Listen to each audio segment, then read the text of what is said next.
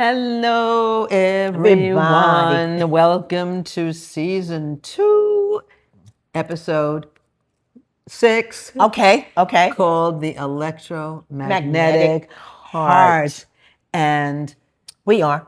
we are Don't mess with the mamas. Don't Mess with the Mamas with our slogan. You You are are the the protagonist protagonist of of your your life, life, not not the the victim victim of of your your destiny. destiny. And we're gonna. You are Carla. I'm Arlaana, Arlena, right? and we're gonna sing a little bit of Janis Joplin. Uh-huh. Take Take a little another bit of big piece my of your heart heart now, now, baby. baby. Yeah, Take another another little piece piece of of your my heart heart now, now, baby. Yeah, baby. and use it for good. And use it for good, for sure. A little joke about that. When I was singing, my name was Arlaana J. Arlaana is my stage name. I just kept the name, stopped singing.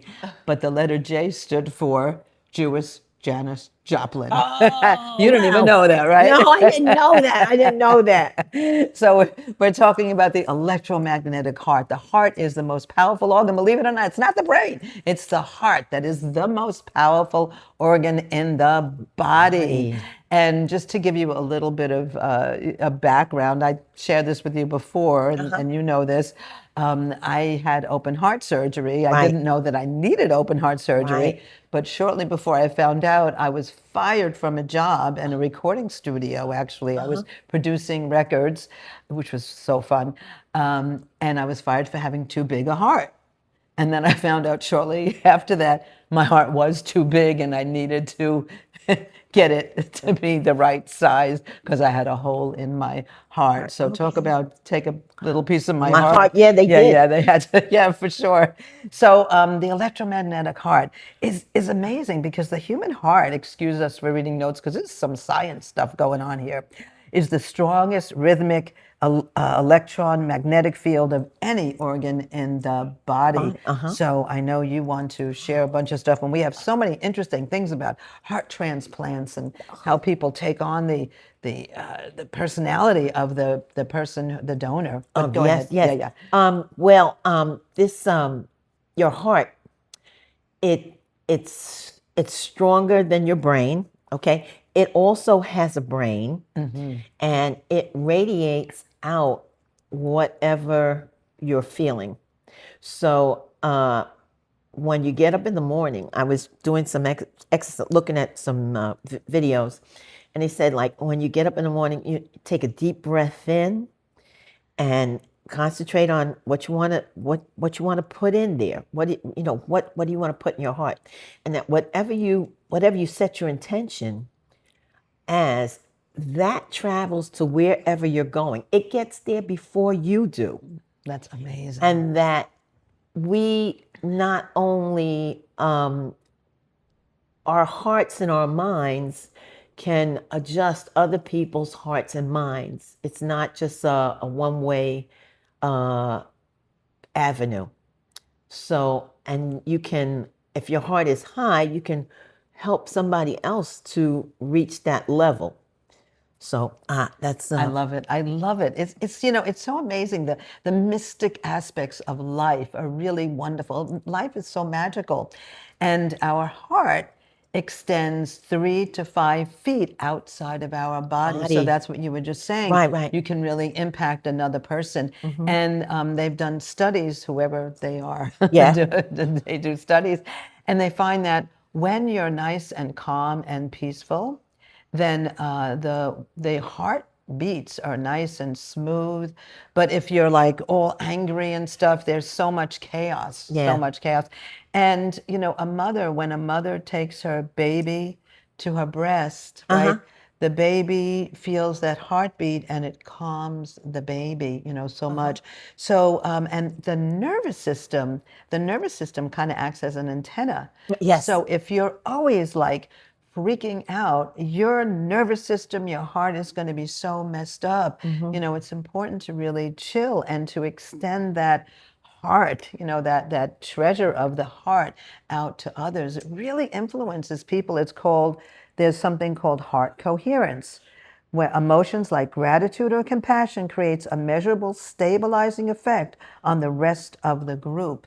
So if you come into like a chaotic environment and you're just, warm and humanistic and compassionate, you will affect that entire group. I mean, maybe not everybody, but for the most part, you really Yes, can. definitely, definitely. Let's see what else I said. It's your emotional state doesn't just affect you; it affects other people. So, like I said, if your life condition is high, then you can help those other people. I was shopping yesterday, and I went out, with my intention just to feel people, and I could see the people who were closed. They couldn't look this way, that way. It was just all. I said that person's got a closed heart. Okay, but that's okay. And I just kept going, and when I was coming out the store, this lady says, "Oh, the weather is looking like that." Yeah, hey, she was, able to in Open up. exchange, yeah, with Open me, up. Yeah, yeah. So, and a lot of people are suffering out there. For They're sure. closed, or and how do we reach them? How do we touch them? When I go to Whole Foods, we always shop at Whole Foods more than we need to, probably. And I'm always like smiling and making a connection. It's almost like I feel like they're family. And when you feel that way, when you feel like everyone is interconnected, then you don't have that, barrier. Right. And there was a little girl behind the meat counter, and she was not very happy to be there, I don't think. And then we started talking, and I asked her about her dreams and her life. And now every time we see her, she has the biggest smile. So breaking down those barriers, right? Somebody cared. Somebody cares, for sure. It's our heart, and it's the strongest. Don't rely on your brain, because the heart is so much stronger. It's that little brain, but it's really the big brain, because that extends forever. Yeah. All right, here's some really cool things Okay. about people who have had donor hearts, right? Okay. And we had actually a friend in New Mexico who lived in New Mexico. He got 4 heart transplants. I mean, that is highly unusual. I don't know how he did. But each time he got that donor heart, he took on the persona and the personality and the emotions of that donor heart. So you want to hear some crazy stories? Yeah. And I know one of those, by the way, was he was always a cheerful kind of guy, right? He was a fellow Buddhist practitioner, and suddenly he felt suicidal. And it turned out that the donor heart, that person had committed suicide. Oh. Right? All right, here's some crazy stories, all right? In 1988, there was a dancer who received a heart and lung transplant from an 18-year-old motorcycle accident victim. She was a dancer, a petite little girl. Suddenly she wanted to drink beer. She wanted to eat Kentucky Fried Chicken, and she wanted to ride motorcycles. True story, right? Right. Another one, there was a 9-year-old boy who received a heart from a 3-year-old girl, and he was always like an avid swimmer. And then suddenly he was so afraid of the water and found out later that she had drowned, right? Another crazy story is a psychiatrist got a donor heart from this female who was in a car accident, and he felt like something on the side of his body was always in pain and stuff, and found out that that accident affected her left arm. And that goes to the point of that your life is endless. There's no end to your life. Absolutely, Your yes, consciousness. yes. This body may disappear, but the consciousness that's within it goes on. And we have to understand that. Many people think, oh, nothing after death. It's like, this is it. We're ending. No, no, no. You continue. Matter is neither created nor destroyed. That's It continues. right. All right, That's right. two other, just quick before. And then there was another one who, received a heart transplant from this guy who was a police officer. And, when he woke up from surgery, he felt this blinding light hitting his face all the time. Found out later that that police officer was shot in the face and died. Right? Yeah. So really something. And so science explains this by the cellular memory hypothesis. The heart features an intricate network of roughly 40,000 neurons known as the intrinsic cardiac nervous system, or called, as you were saying, the little brain. When transplanted, this biological ledger is integrated into the recipient's body, right? They had a fellow who had some sort of transplant, and he got punked. Was on a radio show, and they called him up and said, and asked him, did he start liking collard greens? Did he? And that the person who gave the kidney wanted it back. I don't think there's a return. No, you can 30-day return, no, like no, an no, Amazon no, no, purchase. no, no, no. Yeah. So anyway, And yeah, many stories like that. So our what else do you want to share? Go ahead. You had some good stuff there. okay. Your intention expands your electromagnetic field. Okay, and it's a frequency and a vibration. Okay. Let's see, what else could I tell you? They talked about breathing into your heart space. And it's like, everybody's not going to chant Nam Myoho Renge Kyo, but some people may meditate. Okay. And the fact that you're closing your eyes, you're breathing in, you're setting your idea for what you want, how your day should go. This is something that we all have. It's equal. Everybody's got it. Everybody can use it. And they're starting to, science is starting to tell us that this is true. Yeah. So that's a big step forward. And they said you should really do your meditation 30 minutes before you leave the house. But if you don't have 30 minutes, 3 minutes might be good enough for you.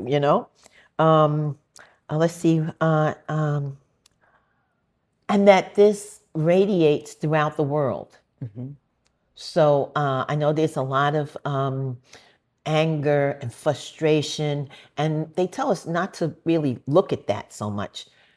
Take yourself out of that and put yourself in a better headspace, or better heart space. Heart space, yeah. And maybe watching comedies. I remember something about a heart. There was a patient, and he was gravely ill, on the verge of dying, and he overheard the doctor saying, "Oh, his heart is galloping." Well, the patient took it that he was getting better. And he got better. Wow. Because he thought his heart was good. Yeah. So Isn't that wonderful? That mind-body connection is there. Absolutely. Absolutely. And then some incredible, encouraging words, right? So realize that your heart is way more important, because that's what continues after death.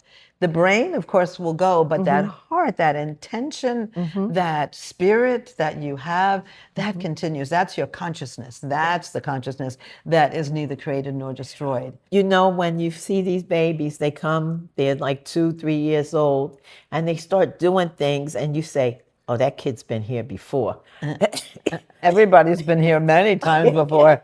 Okay. Many times before, Yes, right? yes. In fact, all of our friends call Spencer an old soul, our son an old soul. Of course, we're all old souls. Yes. We've been around. And the soul is the heart. The heart, Right. and heart and soul. Da, da, Da, da, da, da, da, da, heart and soul. Uh-huh. So some encouraging words.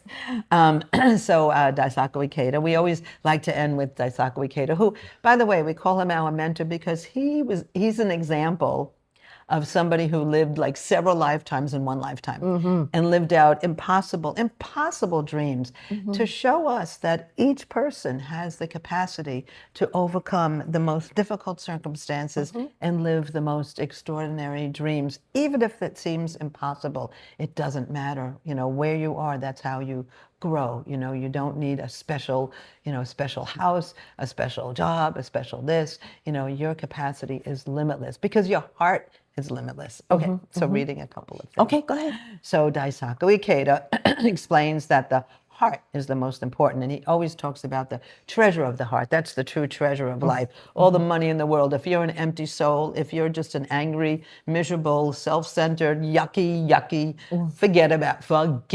Forget about it, as they say in Staten Brooklyn, Island, yeah. forget about it. So he argued that while the brain is a powerful tool for processing, the heart is far more important because it dictates the direction, meaning, and ultimate value of human existence. He said there's nothing more valuable.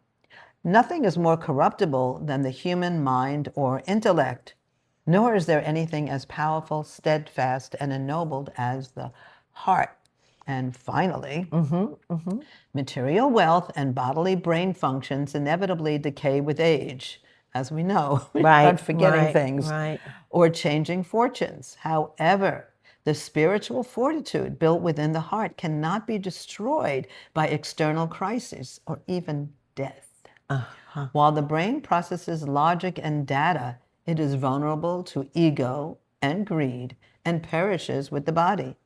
While the heart directs intent and purpose, root of core, true compassion, and carries eternal value, right? Forever. Forever. Yeah. So next week, we are going to talk about the universe within. That's right. Which is all connected. But Yes. we are the universe is It's us. us. And we have so much power. We have so much potential, right? All the time. True. So that's all, folks? I think that's about all. That's a wrap. That's Yeah, a wrap. that's a wrap. Yeah. Yeah, please listen to us or Watch us. Watch us. We're on all major platforms. Share us. Share us. Yes, share us. Share our heart. We publish every Wednesday. Right, every which Wednesday. is really a good time, middle of the week, hump day, right? Yeah, I guess yeah. that's a good time. Yeah. So we are. Don't mess with the Mommas. Mommas, with our slogan or Motto. motto. You are the protagonist of your life, not the victim of your destiny. And you can also email us at mommas, mommas.podcast@gmail.com. Leave a comment on TikTok. Yeah. We'll definitely write back to you. We want to connect with you. We think you are all amazing just by being alive in this important time in history, as difficult as it is. You are precious. You are unique. You are the best. That's right. Okay. Bye-bye. Get a little piece of our Heart. heart.